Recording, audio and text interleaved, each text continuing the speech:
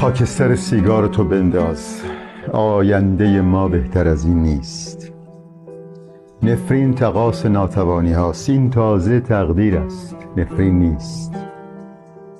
ما کشته های بی‌طرف بودیم در جنگ بی آغاز نان و نفت، رؤیای با هم زندگی کردن تا گورهای دست جمعی رفت.